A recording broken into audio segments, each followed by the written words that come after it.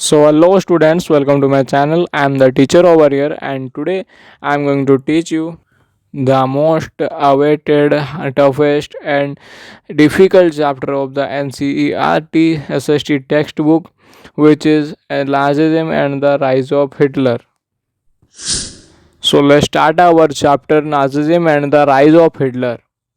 Chapter syllabus is Birth of the Weimar Republic, Hitler's rise to power, the Nazi worldview, and the youth in Nazi Germany, ordinary people, and the crimes against humanity. Nazism was a political ideology which flourished in Germany and influenced world politics.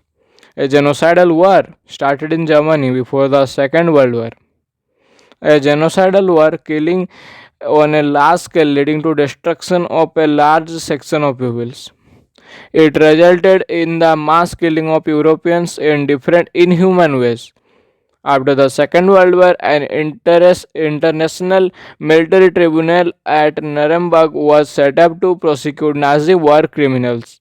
The tribunal sentenced only 11 Nazi leaders and many others were imprisoned for life. The Allies did not want to be as harsh as they were after the First World War. So, the first section of this chapter is the birth of the Weimar Republic. Germany was a powerful empire in the early years of the 20th century. 20th century means the year starting from 1900 to 1999 comes under 20th century. It fought the First World War 1914 to 1918 together with the Austrian Empire and against the Allies. England, France, and Russia were the countries who fought for allies. At the first stage of the war, Germany occupied France and Belgium. Later, the Allies were strengthened by the US entry in 1917. They defeated Germany and the Central Power in November 1918. The defeat of Imperial means connected with an empire. Germany and the reasoning of the emperor gave an opportunity to parliamentary parties to change German polity. A national assembly met at Weimar and established a democratic constitution with a federal structure. Deputies were elected to the Reichstag, German parliament on the basis of equal and universal votes cast by the all adults including women. The second section of this chapter is Peace Treaty of Versailles. By signing the Peace Treaty of Versailles, Germany lost its overseas colonies, one-tenth of its population, and 13% of its territory. 75% of its iron and 26% of its coal to France, Poland, Denmark, and Lithuania. 6 billion euros as compensation for war. Resource rich Rhineland occupied by the Allied armies. Moreover, the Allied powers removed military forces from Germany to weaken its power. They believed that Germany was responsible for all the war and damages that Allied powers faced. Then, the fourth section of this chapter is the effects of the war. The First World War both physically and financially affected Europe in the following ways. Europe became a continent of debtors from creditors. The Weimar Republic was forced to pay a huge compensation, which was 6 billion euros. Socialists, Catholics, and Democrats who supported the Weimar Republic were criticized and came to be known as November criminals by the conservative nationalists. After the First World War, soldiers were placed above the civilians, and the media glorified their trench life, but in reality, they lived miserable life in the trenches. What is trenches? A long deep hole dug in the ground in which soldiers can be protected from enemy attacks. Who were November criminals? I missed this one. The November criminals were are termed the people who signed the peace treaty of Versailles. Basically, the Weimar Republic is said here. Aggressive war propaganda and the national honor occupied the public attention. Support grew for conservative dictatorship. Then the fourth section of this chapter is political radicalism and economic crisis. Sorry, I misspelled the effects of war as the fourth, but it was the third section of this chapter. So let's continue. Political radicalism was only increased by the economic crisis of 1923. This was the time when the Spartacist League began to rise. Spartacist League was based on the pattern of the Bolshevik Revolution in Russia. The people of Berlin demanded for Soviet style governance. The Weimar Republic suppressed the uprising of the Spartacist League with the help of the war organization called the Free Corps. The Spartacists later founded the Communist Party of Germany. Germany had fought the war largely on loans and had to pay war reparations.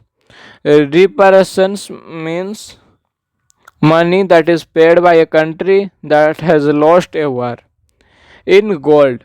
This resulted in depletion of gold reserves when resources were insufficient. When Germany refused to pay in 1923, France occupied Germany's industrial area, the Ruhr, which was rich in coal. Germany retailed the economic crisis by printing paper currency. The government of Germany thought by printing currency they will get up from the debt.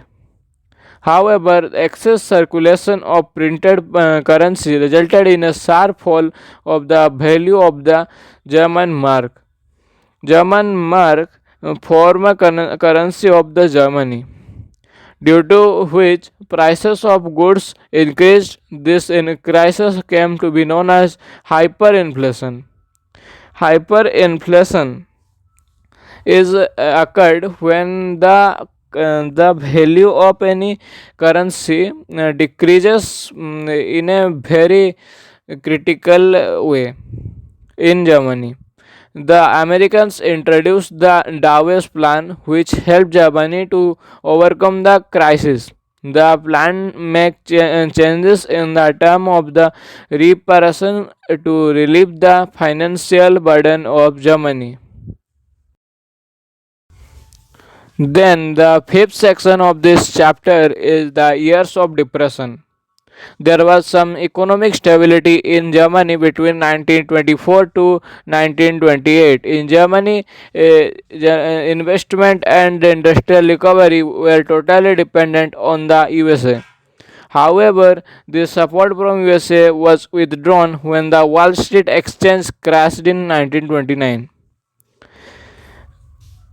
Between 1929 and 1932, the national income of the USA fell by half. The effects of the recession in the US economy were felt all over the world. The German economy was severely hit by the economic crisis. The main effects of recession on Germany were: by 1932, industrial production was reduced by 40%. Workers lost their jobs or their wages were reduced. The number of unemployment people increased to 6 million. On the streets of Germany, men started moving with placards, a printed or handwritten notice or sign for public display. They basically wrote in those placards around their neck saying, willing to do any work. Unemployed youths played cards or simply sat at street corners or desperately queued up at the local employment exchange. As there was no jobs, the youth took to criminal activities and depression became common. The economic crisis created deep anxieties and fear in people. The savings of the middle classes, especially of salaried employees and pensioners, decreased when the currency lost its value. Every member of the society was affected by this economic crisis and was filled with the fear of proletariat Plur- proletarization, proletarianization, to become improvised very poor to the level of working class. Unemployment weakened the power of bargaining of the organized workers. Big business was in crisis.